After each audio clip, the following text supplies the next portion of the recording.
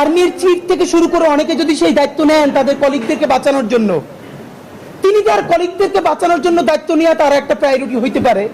কিন্তু বাংলাদেশের 18 কোটি মানুষের প্রায়োরিটি হইল যারা গত 16 বছর ধরে বাংলাদেশকে শুধু জাহান্নামি বানায় নাই, এত বড় জাহান্নাম বানাইছে যে একটা 16 বছরের যুবক কিশোর গুমের ট্রমায় পাগল হয়ে গেছে, জীবনে আসে ভালো হবে না। আমি বলতে চাই এই যে 28 জন 30 জন জেনারেল, তাদের যে কোনো সন্তান, তাদের কোনো, এই যে দেখলাম মেজর জেনারেল কবির যিনি পালিয়ে গেছেন শুনতে পাচ্ছি এখন, তিনি তার স্ত্রী কি সুন্দর হিজাব পরা, দেখেন তার সন্তানকে নিয়ে হাসিনার পাশে ছবি তুলতেছে।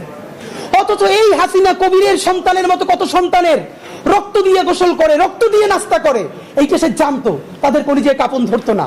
আমার সেনাবাহিনী ধ্বংস করে দিয়েছে, তার প্রথম কাজ শুরু হয়েছে পিলখানা হত্যাকাণ্ডের মধ্যে। পিলখানা হত্যাকাণ্ড যারা স্বচক্ষে দেখেছেন, এমন অনেকে পিলখানায় সাক্ষী দিয়েছেন কমিশনে যে হিন্দি ভাষী অফিসাররা পিলখানা হত্যাকাণ্ডের সময় নেতৃত্ব দিয়েছেন। এই যে যে জেনারেলরা আজকে অভিযুক্ত এবং তাদের পক্ষে ওকালতি করছেন, তাদেরকে বলতে চাই, এই যে গুম কমিশন বলল যে প্রত্যেকটা আয়নাঘরের আলামত নষ্ট করা হয়েছে, হুম্মাম কাদের চৌধুরী থেকে শুরু করে ব্যারিস্টার আরমান থেকে শুরু করে তারা সবাই বলেছে আমার এখানে টাইলস ছিল, গিয়ে থেকে টাইলস নেই, ঠিক পরে দেখা গেল সেই টাইলস যে তুলে ফেলেছে তার দাগ আছে। এইরকম প্রত্যেকটা আয়না ঘরকে ভেঙে সুন্দর সুসজ্জিত ড্রয়িং রুম বানাইছে কারা? এটা কি গণ অভ্যুত্থানকারীরা বানাইছে? এটা আমাদেরকে বলেন।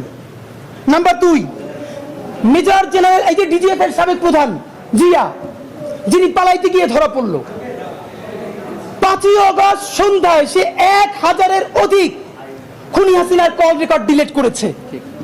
আপনি ভাবেন এই 1000 কল রেকর্ড ডিলিট করা হয়েছে, এরপর 2-4টা কল রেকর্ড সমস্ত আয়নাঘরকে গুড়িয়ে দেওয়া হয়েছে, এরপর সামান্য 2-1টা দাগ, সেইটা থেকে যেই ডকুমেন্টারি করা গেল তা আমরা কেউ নিতে পারতেছি না। এবার আপনি ভাবেন যদি কোনো আয়নাঘর না ভেঙে অরক্ষিত রাখা হতো, যদি খুনি হাসিনার একটা কল রেকর্ডও ডিলিট করে না হতো, আজকে বাংলাদেশে হাতে যেই পরিমাণ প্রমাণ থাকতো তাতে আওয়ামী লীগ উচ্চারণ কথা তো দূরের কথা, আওয়ামী লীগের যে গণহত্যাকারী সেও মনে হয় সারাদিন আল্লাহর কাছে তওবা করতো। আমরা তো আওয়ামী লীগের কাছে সেই প্রমাণগুলো উপস্থাপন করতে পারি নাই, তাহলে সেগুলো কারা করেছে? ফাঁকে 1 মিনিটে বলে রাখি, আজকে আমাদেরকে ফোন করে একজন জানিয়েছেন উত্তরায় তার বাসা, তিনি বেনজির আহমেদের বাড়িতে ভাড়া থাকেন।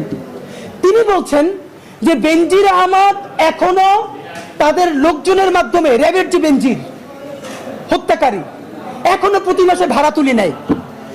এর মানে ঢাকার মধ্যে বেনজিরের যতগুলো বাড়ি আছে, ফ্ল্যাট আছে, সেইখান থেকে এখনো প্রতি মাসে ভাড়া তুলে নেওয়া হচ্ছে, তাদেরকে টাকা পাঠানো হচ্ছে।